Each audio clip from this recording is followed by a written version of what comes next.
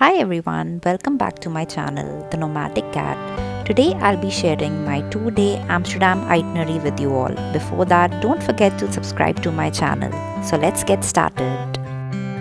We arrived at the Amsterdam Schiphol airport by KLM flight from Geneva.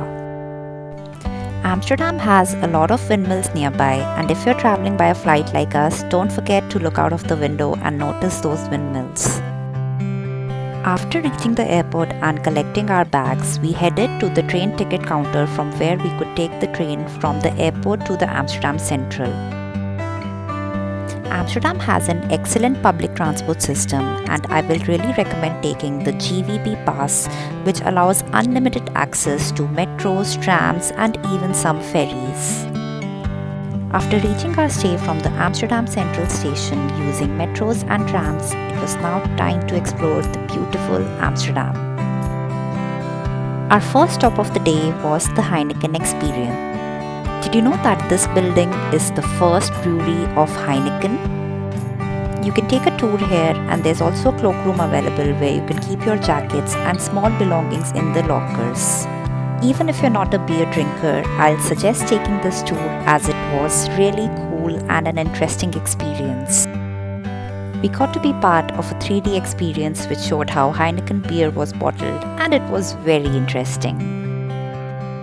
We were explained the entire process of how Heineken beer is brewed, and you can even take a tour of the brewery where it shows the different containers where the hops are stored and brewed.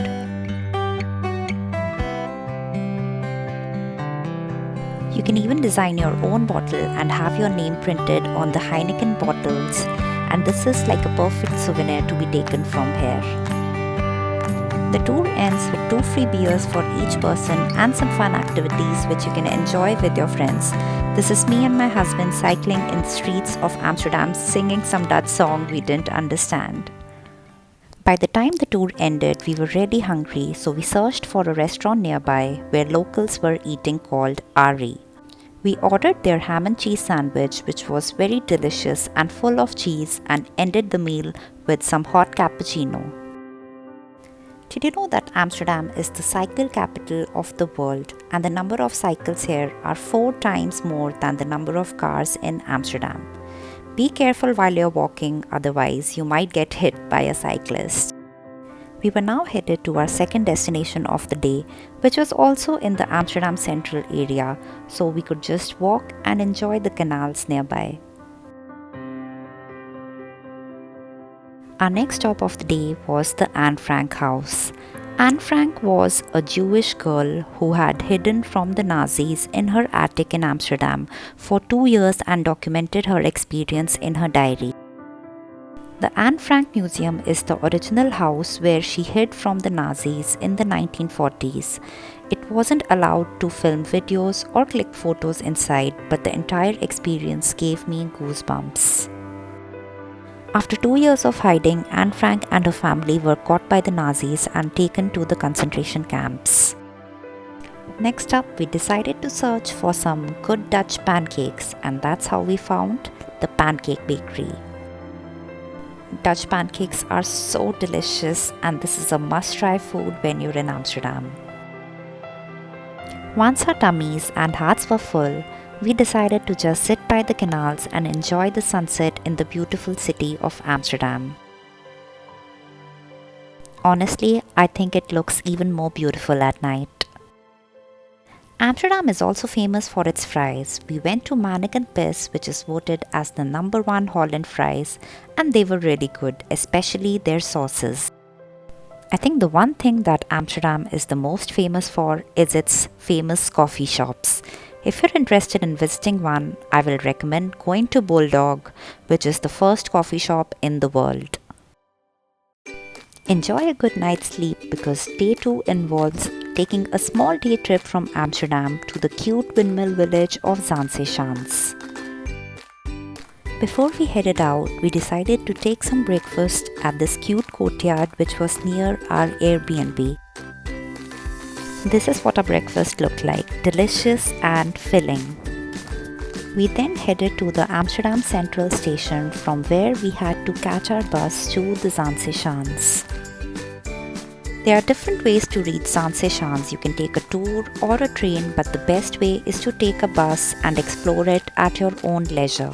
The bus leaves from Amsterdam Central Station at every 15 minutes and one ticket is valid for the entire day. You can use the same ticket to travel back from Zaanse Schans to Amsterdam, so I found it very convenient. It took around 50 to 60 minutes to reach Zaanse Schans from Amsterdam and the entire journey was very comfortable. The first look of Zaanse Schans had my heart. I had never seen traditional Dutch windmills before and they looked so cute. The entire place looked like a dream to me.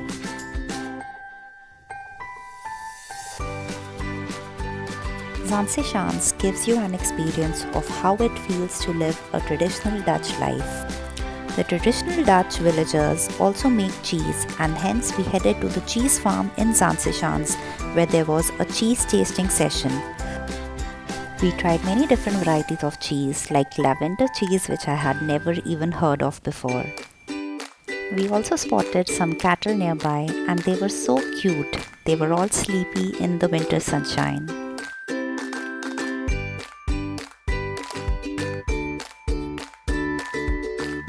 You can also take a windmill tour here which will show you the working of the traditional Dutch windmill from inside. Next up we visited the clog workshop in Zaanse Schans. Clogs are the wooden shoes worn by Dutch villagers and labourers as they were sturdy and cheap.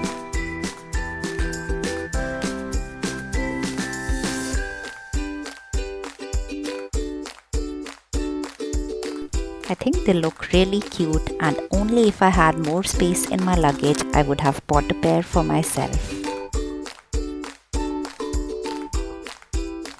All in all, the day trip to Zaanse Schans from Amsterdam was totally worth it as it was really peaceful to escape the hustle and bustle of the city.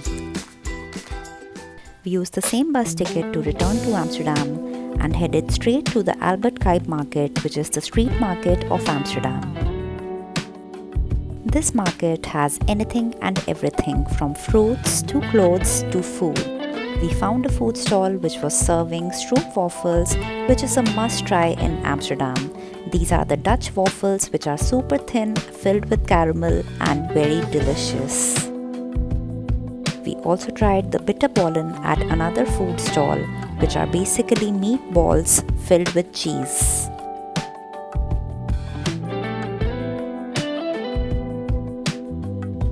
You can also opt to take a canal tour in Amsterdam and see the canals from a different view. Amsterdam is known for its interesting Dutch food, and when we got to know there's a vending machine in Fibo which gives fried snacks, we knew we had to try it. We decided to take some Dutch croquettes and they were surprisingly very fresh.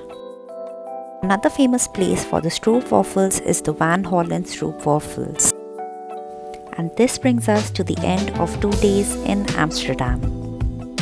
If you found this video helpful, don't forget to like and subscribe to my channel. Thanks for watching.